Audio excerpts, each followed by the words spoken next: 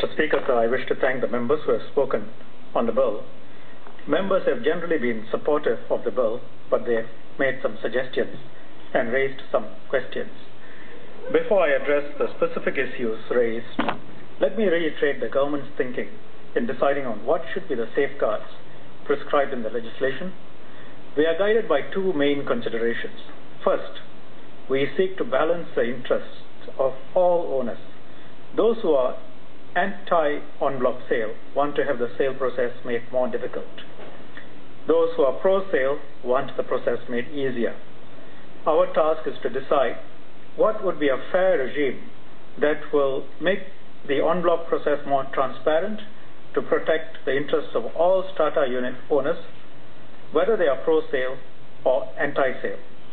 Neither side may be totally happy with the decision of the government, but it's a matter of judgment, and we have to try and strike a balance.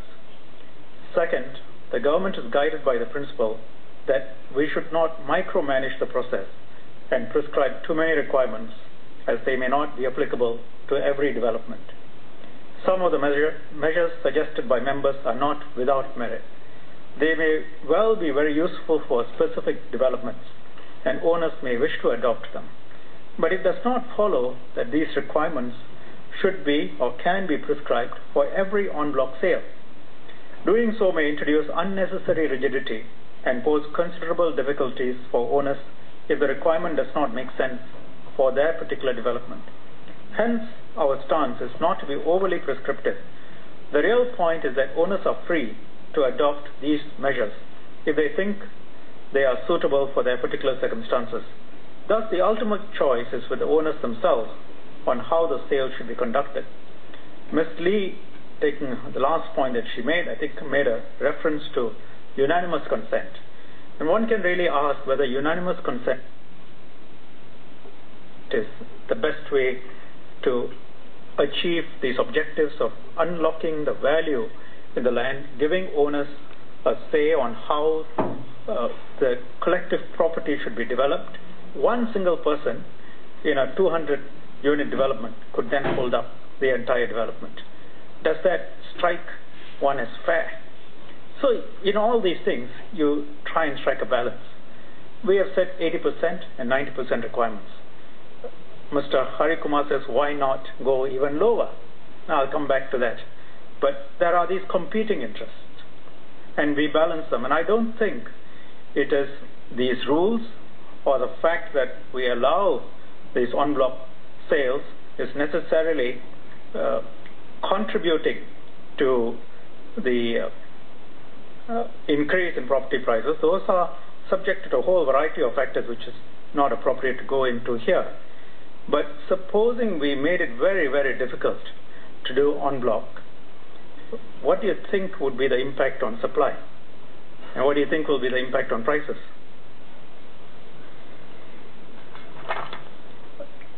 Ms. Lee and Professor Strong touched on the concepts of social impact of en bloc sales, particularly the impact on elderly owners. For some elderly owners who have lived for a long period in strata units, I can understand how the process of selling and relocating may affect them emotionally. On the other hand, there may also be owners who welcome the opportunity, elderly owners who welcome the opportunity to monetize their investment and sell their apartment unit and perhaps move to another unit. We cannot decide the relative merits between those who wish to sell and those who do not wish to sell. What we can do and have done is to provide for a framework to allow the issue of sale to be decided by a vast majority of owners and put in place a process that is fair and transparent. Ms. Lee spoke about how en bloc sales are achieved at the personal cost to owners who have to sell their homes and downgrade their real assets. An en bloc sale can only take place if an overwhelming majority of owners think the sale is beneficial to them. It will be odd if more than 80% of owners vote for an en bloc sale, which is disadvantageous to all of them. And the sale still has to pass the good faith test. Ms. Lee also asked if the residual land value of properties, which results as an astronomical bidding price by buyers, is unlocking more value for the developer buyers than the homeowners. If a transaction is fair, it should result in a win-win situation for the transacting parties. If buyers are prepared to pay very high prices, it must also benefit the homeowners who are selling their properties. The legislation provides that the en bloc sale must be done through an open tender. This means that the price obtained is a process for trying to get the best price under the prevailing market conditions. But if sellers feel that even this best price is not high enough and they are not benefiting adequately, they can choose not to sell. Professor SHAN2 suggested that a resource unit can be established to help vulnerable homeowners such as the elderly, physically handicapped, and mentally challenged affected by such en bloc sale efforts. She also suggested the publication of an information booklet on the en bloc sale process.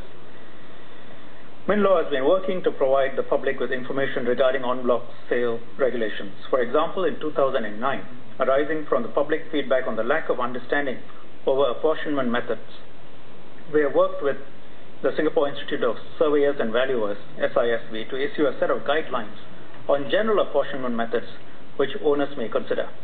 The guidelines illustrate how and when to apply these apportionment methods. The guidelines can be found on SISV's website. I thank Professor SHAN2 for her suggestions. My ministry will discuss with the STB and professional bodies such as the Law Society and SISV to see how we can put out more information. Ms. Lee also queried whether we have achieved the objective of creating more housing units in prime areas and rejuvenating older properties through en bloc sales. Let me share some statistics with the House. Between 2005 and 2009, there were 462 en bloc sale transactions. Of these, almost half, or 217, are being redeveloped or have been redeveloped. These 217 developments originally had about 12,000 strata units, slightly less, 11,994. After redevelopment, the resulting new developments will have more than 26,000 strata units, more than doubling the number of strata units. Specifically, for example, the 152-unit West Peak condominium sold in 2006 will be redeveloped into the Park condominium with 659 units. Also sold in 2006, Lamarck in Centuryville, totaling 53 units, will be redeveloped into the 278-unit SHAN condominium. Professor SHAN2 proposed that the STB should consider, among other factors, the age and state of repair of development in considering the application for en bloc sale. Mr. Kumar asked if 10 years is too short a time to justify the need to redevelop. The issue was discussed at length by the House when we were proposing amendments to the LTSA in 1999. The matter was then referred to a select committee, which eventually took the view that it should ultimately be up to market forces that will determine whether an en bloc sale is economically viable. Demolishing younger buildings may not necessarily be a waste of resources if land potential can be better utilized through more intensive redevelopment, and if the owners themselves, or vast majority of them, wish to do so. That ultimately is the litmus test. That said, on the ground there has not been a rush to redevelop properties which are not too old. From 1999 until now, the STB had approved 160 applications for en bloc sales. Of these 160 cases, only one case involved a development less than 10 years old. It was 9 years old at that time. The other 159 developments were more than 10 years old when they applied for an en bloc sale. 99% were above 10 years old, 69%, about 70% were above 20 years old, and about 34% were more than 30 years old. There are, I note, some disparities between the statistics I have just cited and those cited by Prof. SHAN2 from the NUS report that she quotes. I'm not sure the data source for the used by the NUS researchers. They may perhaps have included developments which had obtained 100%